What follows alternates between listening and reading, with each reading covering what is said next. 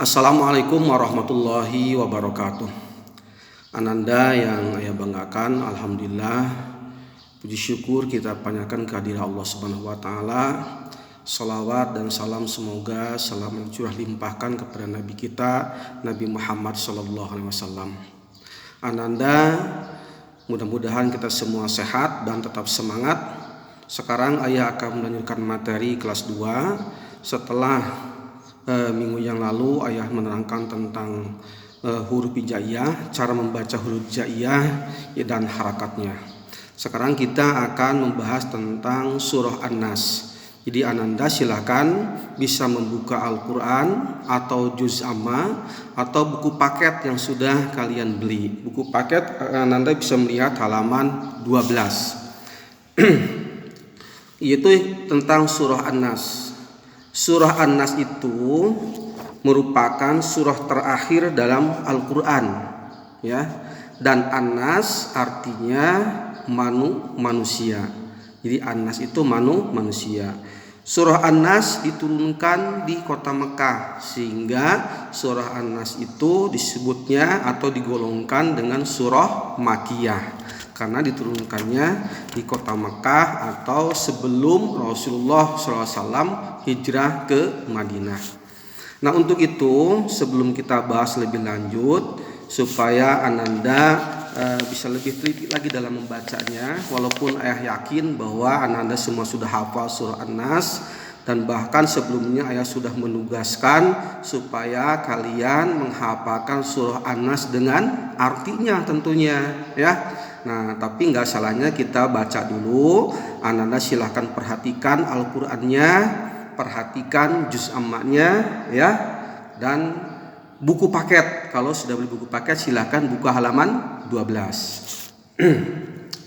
A'udzu billahi minasy syaithanir rajim. Bismillahirrahmanirrahim. Qul a'udzu birabbin nas, malikin nas, ilahin nas, min syarril waswasil khannas, alladzi yuwaswisu fi sudurin nas, minal jinnati wan nas. Nah, itu surah An-Nas. Jadi semuanya ada 6 ayat. Jangan lupa ya, ada 6 ayat. An-Nas artinya manusia. Surah An-Nas diturunkan di kota Mekah sehingga digolongkan sebagai surah Makkiyah, ya. Surah Makkiyah. Dan surah An-Nas merupakan surah yang terakhir atau surah ke-114 dalam urutannya dalam Al-Qur'an. Sekarang kita lihat artinya, ya. Perhatikan lagi buku paketnya atau juz ammanya silahkan. A'udzu billahi minasy syaithanir rajim. Aku berlindung kepada Allah dari godaan syaitan yang terkutuk. Bismillahirrahmanirrahim. Dengan menyebut nama Allah yang Maha Pengasih lagi Maha Penyayang. Qul a'udzu birabbin nas. Katakanlah aku berlindung kepada Tuhannya manusia. Malikin nas, raja manusia. Ilahin nas, sembahan manusia. Min syarril waswasil khannas, dari kejahatan bisikan setan yang bersembunyi. Alladzi yuwaswisu fi sudurin nas, yang membisikkan kejahatan ke dalam dada manusia. Minal jinnati wan nas, dari golongan jin dan manusia. Nah, itu artinya. Jadi ayah harapkan Anda sudah hafal, ya. Yang belum hafal terus dihafalkan, yang sudah hafal boleh nanti, ayah saya sudah hafal surah An-Nas dengan artinya.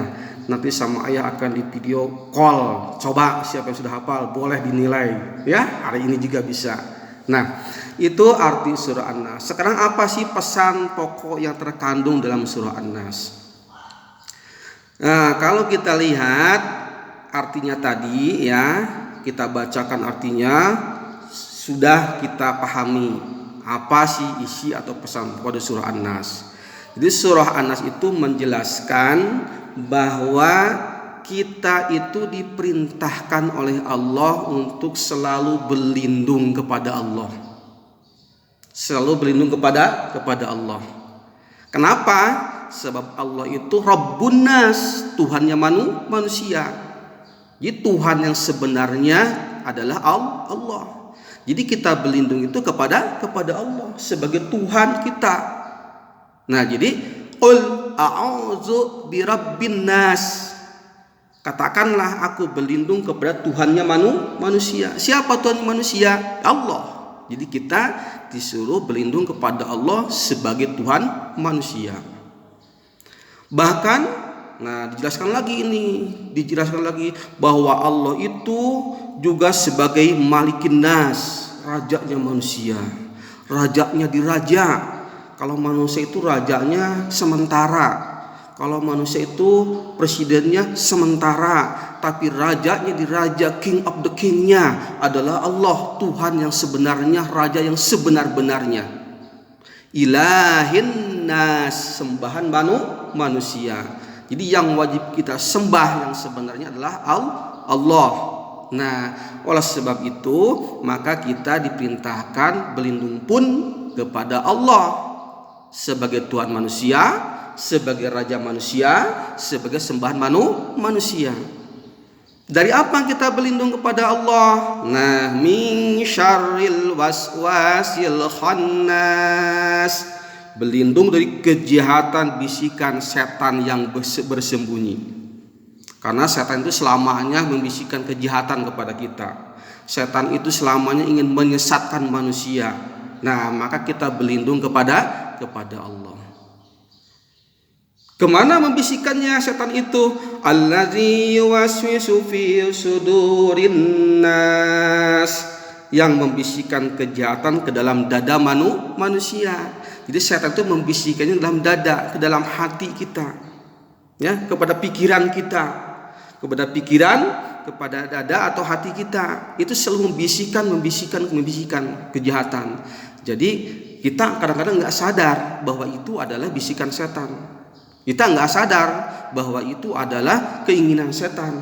Makanya kita selalu berlindung kepada Allah supaya tidak tergoda oleh setan.